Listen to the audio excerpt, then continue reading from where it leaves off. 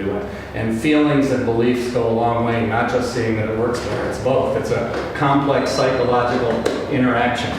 And then we also need a discourse towards society. So if we want to scale up agroecology, we want the government to do policies that favor agroecology instead of industrial farming, then we have to engage in the debate in public opinion over what's better for society. So then we need a discourse about how agribusiness food is poisoning you, it's full of carcinogens, it's making you obese, it's giving you type 2 diabetes, et cetera, et cetera, et cetera, and it's ruining the countryside, and you don't want to go for a weekend in a countryside that's a sugarcane monoculture, but how about a small farm countryside with trees and farmhouses and beautiful rural settings?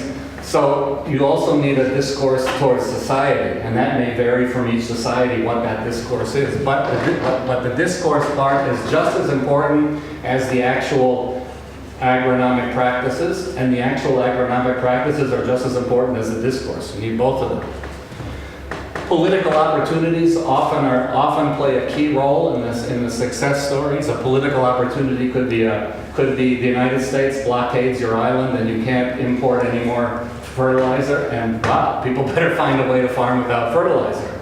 Or it could be the mad cow scare, or many other things. But these kinds of momentary things can be very important for a process to move forward. External allies are very important. Peasants have to be the protagonists, but peasants can't do it alone. So for example, for agroecology peasant training academies in Brazil, we may rely on the Council of Catholic Bishops to allow us to use abandoned seminaries as places for training courses. In India, we use Hindu ashrams that allow us to have meetings of 3,000 farmers without paying 1 penny, and they can sleep there and they can get food for free there. Or it may be, even though the government may be hostile, there may be 1 or 2 government officials who are our friends and who are passing us some resources below the table, or maybe some university academics who are helping us design the process. All different kinds of allies, but could be consumer movement that's organizing consumer cooperatives and wants to buy ecological food from our peasant co-op. So the external allies play a very important role. Leadership and what are called local champions are really important. So very often it's in a local municipality. It can be one farmer who's very charismatic, who's championing the cause of ecological farming, who in the local church or in the local ashram or the local temple is talking about it, that motivates a lot of other people. Favorable markets help. If consumers are willing to pay for ecological products, that obviously helps a lot to convince people to produce them. And finally, favorable public policies. If we change the agronomy curriculum in the universities to be agroecological, that would help. If we get credit agencies to give credit to ecological farmers instead of to industrial farmers, that would help. If we could stop government subsidies to agribusiness corporations and instead give it to peasant organizations, that would help. So anything in the public policy sphere can also be, and so our different success cases usually are some mix of these different factors playing an important role, not necessarily all of them. So that's what we've learned from what already exists, and that's what we're feeding into the processes of planning new agroecology processes in different countries and organizations. So of these successes, we can look at a few emblematic examples from Via Campesina, which demonstrate a few of these principles. This is in South Korea, where the National Women Peasant Farmer, the National Women Peasants Association, KWPA, is a member of Via Campesina. And as you were saying in the other class, for a lot of different kinds of Asian food, very specific Asian vegetables, what we, the non-Asians call Asian vegetables, are very important to the cuisine.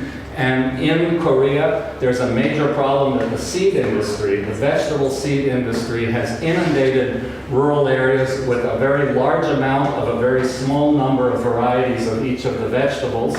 And it's becoming increasingly difficult to find the traditional varieties of different Asian Korean vegetables, and especially to find seeds to grow them.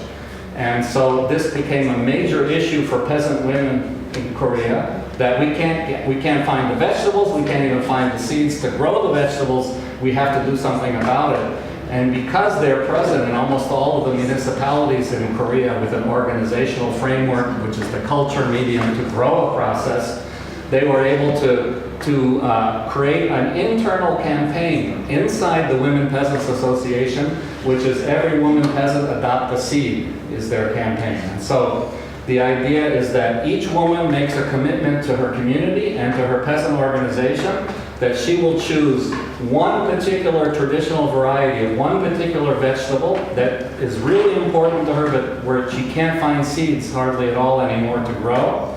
And she will make a commitment that every year she's going to grow that vegetable, not just for her own consumption, not just for what she's going to sell to the market, but she's going to grow it for seeds.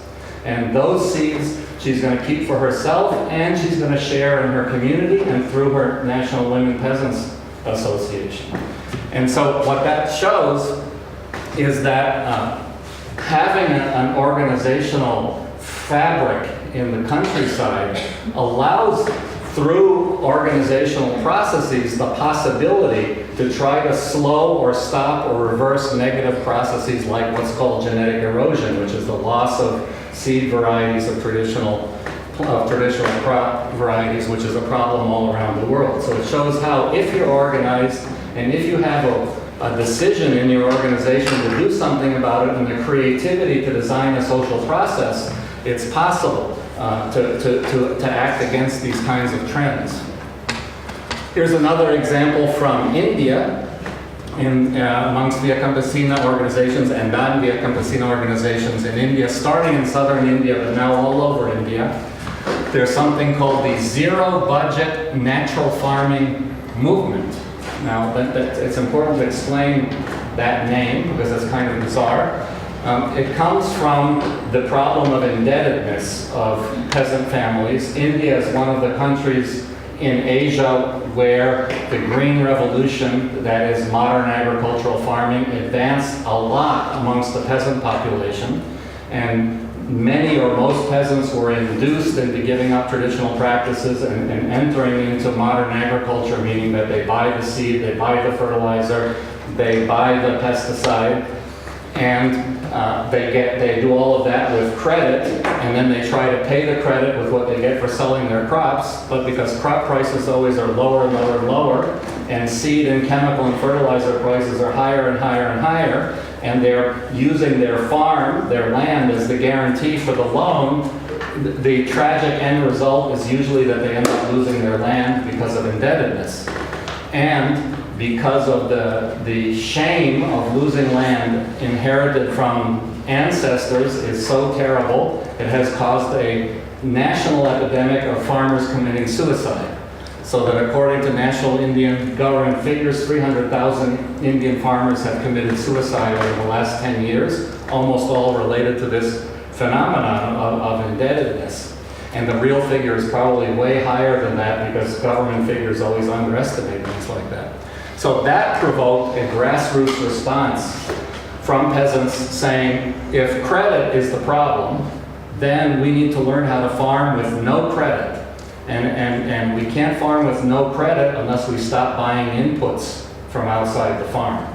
And so budget refers to the budget you have to give to the bank when you request credit. You have to have a farm budget, how much I'm going to spend on herbicide, on seeds, on preparing the land, and in exchange for that you get the credit. So they're saying, let's farm with a zero budget. Let's not buy anything from outside of our own farm. Let's not spend one penny on our farming. Let's only use the resources that are available naturally on our own land. And we're going to do that by what they call natural farming, which is what I'm calling agroecology, but it's the same thing. It's farming like nature as opposed to farming like industry. So this movement started in the state of Karnataka in southern India, which over the last 15 years has come to be 100,000 or 200,000 families practicing it in Karnataka. And now it's spread all over India, and it's estimated 4 million peasants in all of India now do the zero budget, and through Via Campesina we've organized exchanges with other countries, and just after a recent exchange there are now 5,000 peasants in Sri Lanka practicing zero budget, and there's a bunch in Nepal also, and now in Indonesia also. So we're taking the farmer-to-farmer exchange and we're doing it at a farmer organization to farmer organization level, just extending the exchange through another level. Their practices are typical agroecology practices. It's intercropping, it's mulching, it's making different kinds of biopreparations with cow manure and cow urine as biofertilizers, biopesticides.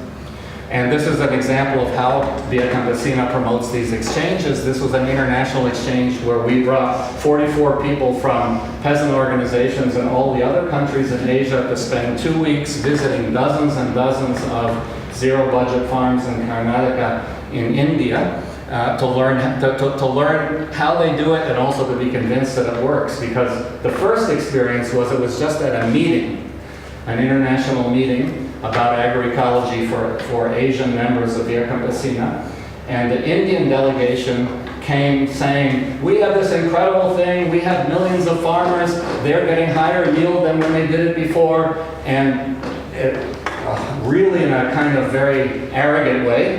And the other Asian organizations reacted very negatively, and they said, that's just Indians, they're all egomaniacs, they all have the Messiah mentality, we don't believe it, they're liars. And so the Indian organization said, no, let's organize a visit, let's have all of you come and see, visit the actual farmers, don't just listen to us who are national leaders, and then decide. So taking up the challenge, we organized the visit in Via Campesina, and I mean, I participated in it also, and I have to say it was absolutely amazing. Many of the farmers said that they were producing as much as double what they produced before when they were doing the monoculture, conventional agriculture practice, when they were spending more money than they were earning, and here they're spending nothing and producing double. So they feel that they're doing a lot better, as you can imagine. Another example, moving to another continent, is Zimbabwe. It's a very interesting case in Via Campesina. In the whole idea of food sovereignty, Via Campesina has always argued that we need agrarian reform so that land is in the hands of peasant farmers, and we need agroecology in order to build food sovereignty. And the particular series of political events in Zimbabwe have come together to produce a good example of how maybe that's actually true and not just discourse.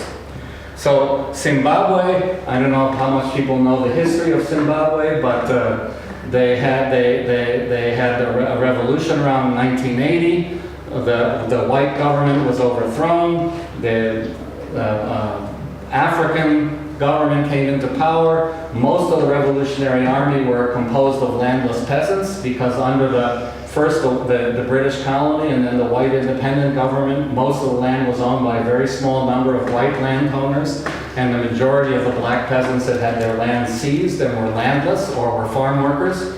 And so they joined the guerrilla army because they wanted land reform. I mean, that was their motivation. So the revolution triumphed. The new president, who's still the president, Mugabe, promised that he was going to do land reform, expropriate all the land from the white landowners, and distribute it to all the black landless peasants, who are like 97% of the population. And he was called to Great Britain for a meeting with the United States and the United Kingdom in a place called Lancaster House, where he was presented with two options. If you go ahead and expropriate the land of all of the white settler colonists in Zimbabwe, we're going to invade you. If, on the other hand, you agree to offer to buy the land from them at market prices, we're going to give you $100 million to offer to them to buy the land, and you can do the land reform peacefully. So which do you choose? Do you want an invasion by NATO, or do you want $100 million? So he thought about it and he said, okay, I'll take the $100 million. So this demand by the peasants who had been in the Revolutionary Army was supposed to be met by creating a fund whereby white landowners, if they were willing sellers, could sell their land and peasants would get credit from the $100 million to buy the land. Only one small problem happened, which is that the US and the United Kingdom never transferred the $100 million. So years would go by, and it was always an ongoing negotiation, and it was always, well, no land reform this year, but maybe next year. No land reform this year, but maybe next year. And so from 1980, we got into the 1990s. The government, which had started out being revolutionary, ended up implementing structural adjustment process, which meant drastically cutting all social welfare budgets. It meant an economic crisis. The land reform still hadn't happened. The popularity of the president was going down and down and down. He kept winning the elections, but by ever smaller margin. And for the elections in the year 2000, the opinion polls showed that Mugabe was going to lose the elections for the first time, despite having been the hero of the revolution and the president for 20 years. And one of the reasons was structural adjustment, and the other reason was never having done the land reform. So the peasants who had been the guerrilla fighters were still organized in an association called the War Veterans Association, which is basically a fancy name for a peasant organization. They decided it's now or never, because if he loses the election, it's going to be even worse, because the other candidate is even more, is a right-wing candidate, and from very little chance of agrarian reform will go to zero chance of agrarian reform. So what are we going to do? So they decided to contact out throughout the countryside all of the old retired guerrilla commanders who were also of peasant origin, ask them to get in touch with their former guerrilla troops and to create the organizational framework for a national wave of land occupations, to occupy on the same date all of the farms and all of the national territory of all of the white landowners. So when they had the plan in place, their leader went to Mugabe during the presidential campaign and said, okay, probably you're going to lose the elections, and we want land reform. So let's see if we can talk about this. We have now created a plan for a national wave of land occupations that we're going to do 1 week before election day. So when we do this, and there's no discussion because we're going to do it, either you can say, I promise that if I win the election, I'm going to immediately implement land reform, and then we're going to tell everybody to vote for you, or you're going to not support the land reform, and we're going to tell nobody to vote, and you're going to lose the elections, and we're still going to be occupying all of the land. So he agreed to declare the land reform, won the election by like 2 percentage points, implemented a land reform between 2000 and 2002, which is the largest land reform in the world since the Cuban Revolution. 11 million hectares were confiscated and transferred to the black majority. And as a result, Western countries imposed an economic blockade on Zimbabwe, more or less like what's on Cuba. That lasted for 13 years until 2013, the economic blockade, causing the collapse of the urban economy, causing no import of tractors or pesticide or food, the whole Cuban story all over again, but now with the land in the hands of black farmers. The first thing that was observed was that national production statistics went way down. So it appeared that moving the land from white farmers to black farmers had caused a crash in production. So a lot of right-wing analysts and the World Bank said, this proves that land reform is a bad idea. However, it turns out that the only production, and this is not just true in Zimbabwe, this is true everywhere in the world, that is counted in agricultural production statistics is that which is commercialized through formal channels with an actual VAT tax paid and all of that. And that means that on a global scale, most peasant production doesn't appear in any agricultural statistics anywhere in the world, and Zimbabwe is no different. And when a wave of researchers went, both Zimbabwean and foreign, did actual household surveys to find out how much people were producing and how much they were selling, they found out that actually total agricultural production had gone up, but in the official statistics it had gone down, because under the white farmers, most of it was for export through commercial channels and was counted, and after the land reform it was mostly in local markets and through informal channels and was not counted through official statistics. And most of it was occurring through agroecological practices. And the Via Campesina organization in Zimbabwe, ZIMSOF, the ZIMSOF Organic Farmers Forum, is very active amongst all of these land reform beneficiaries in driving these farmer-to-farmer agroecology learning processes, because they've had to produce on the land they got through the agrarian reform without the benefit of all of those imported things. So it's a similar example to the Cuban example. Just to wrap up, well, not quite wrap up, but getting there. This is an example of the kind of meetings the Campesina has to promote this between organization and organization.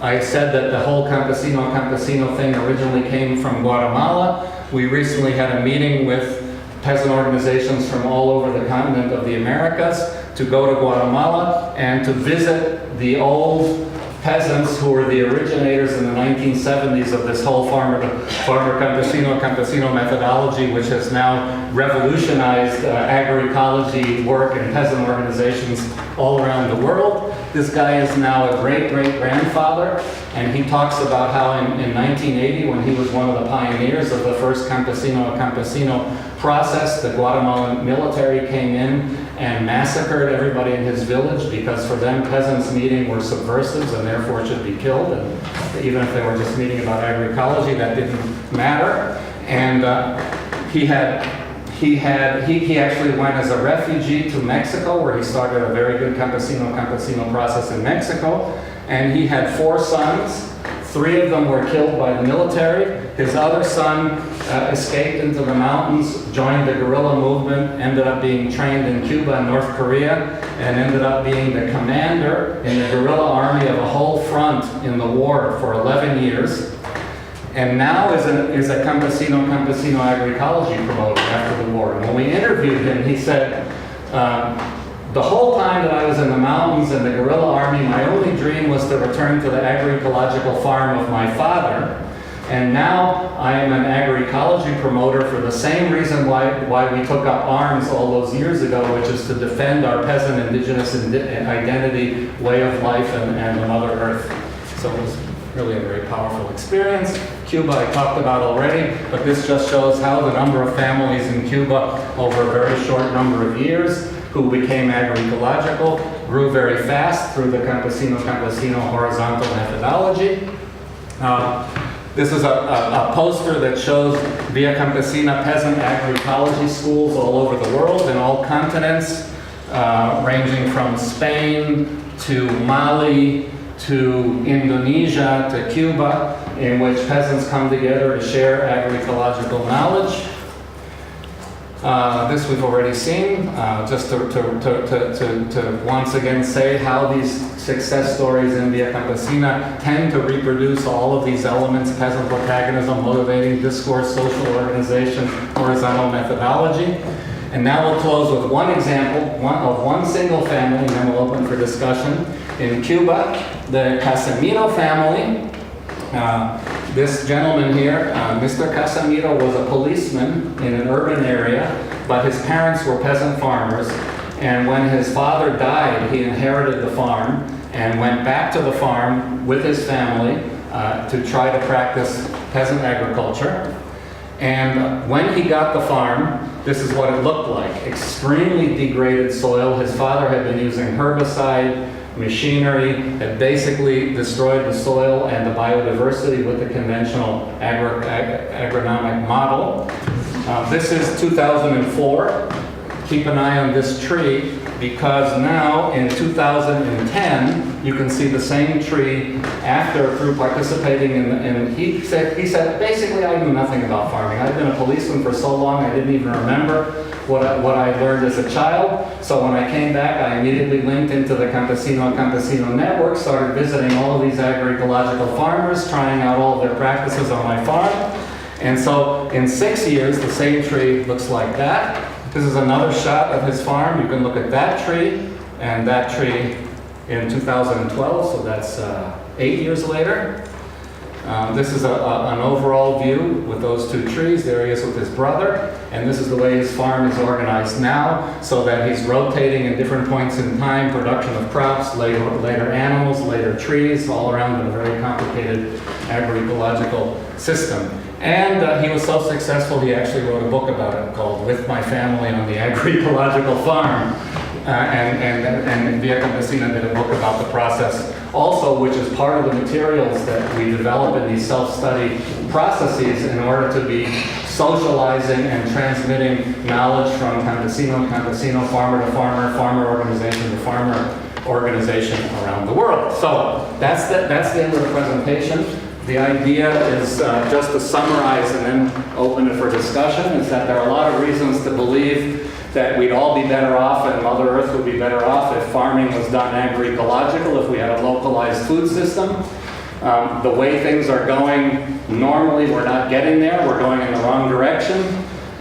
What can we learn about processes that we could use in order to intentionally, consciously, and systematically design territorial processes to bring agroecology to a territorial scale? Those who are doing it right now are peasant organizations with allies in academia and allies in consumer associations and others. But this is the task before us, and this is the state of the art right now as far as what we've been able to collectively figure out between peasant organizations and academic allies. So with that, we'll open for discussion.